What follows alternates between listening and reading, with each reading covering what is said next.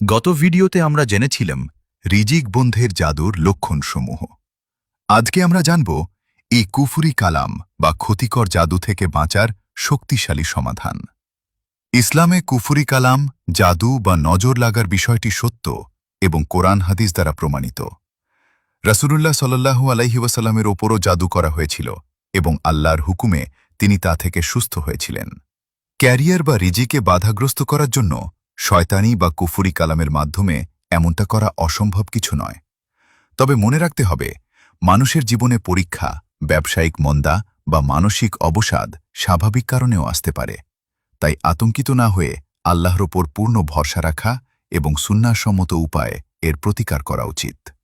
ইসলামী শরিয়াহ অনুযায়ী এই ধরনের সমস্যা বা জাদুটোনা থেকে মুক্তি পাওয়ার শক্তিশালী ও কার্যকরী সমাধানগুলো প্রথমে বলবো দৈনন্দিন আত্মরক্ষা ও আমল।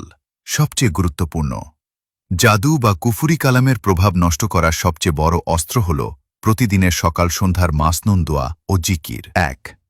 ৫ ওয়াক্ত নামাজ সময় মতো পড়ার কোনো বিকল্প নেই। জামায়াতের সাথে নামাজ আদায় করা একজন মুমিনকে আল্লাহর জিম্মায় নিয়ে নেয়। ২. প্রতি ফরজ সালাতের পর এবং রাতে ঘুমানোর আগে অবশ্যই আয়াতুল কুরসি পাঠ করবেন। হাদিস অনুযায়ী রাতে এটি পাঠ করলে আল্লাহর পক্ষ থেকে একজন রক্ষক ফেরেশতা নিযুক্ত হয় এবং শয়তান কাছে ঘেঁষতে পারে না। ৩ কুল সূরা ইখলাস, ফালাক ও নাস সকাল সন্ধ্যায় এবং রাতে ঘুমানোর আগে এই ৩টি সূরা ৩ বার করে পাঠ করে হাতে ফুঁ দিয়ে পুরো শরীরে হাত বুলিয়ে নিবেন। রাসূলুল্লাহ সাল্লাল্লাহু আলাইহি ওয়াসাল্লাম জাদুর প্রভাব থেকে বাঁচতে এই সূরাগুলো বেশি পড়তেন। ৪. ঘরে বা কর্মস্থলে নিয়মিত সূরা বাকারা তিলাওয়াত করুন। নিজে পড়তে না পারলে অডিও বাজিয়ে রাখতে পারেন। রাসূলুল্লাহ সাল্লাল্লাহু আলাইহি ওয়াসাল্লাম বলেছেন, তোমাদের ঘরগুলোকে কবরস্থানে পরিণত করো না। নিশ্চয়ই শয়তান সেই ঘর থেকে পালিয়ে যায় যেখানে সূরা আল বাকারা পাঠ করা হয়। এবার আসি শরিয়াসম্মত রুকিয়া করা জাদু বা কুফরি কালাম কাটার জন্য। রুকিয়া বা কোরআনের আয়াত দ্বারা ঝাড়ফুঁক করা সবচেয়ে কার্যকরী সমাধান। ১.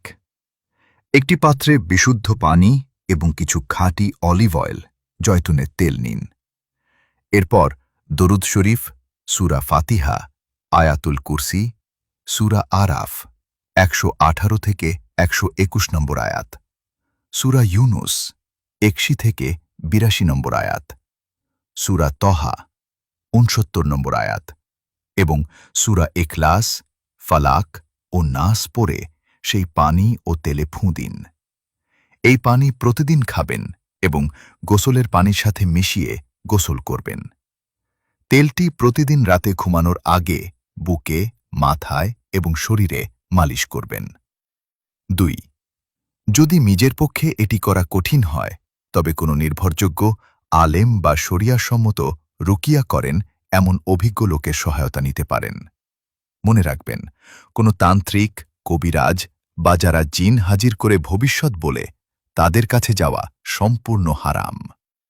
এবার আসি রিজিকে বরকত ও বাধা কাটার বিশেষ আমল।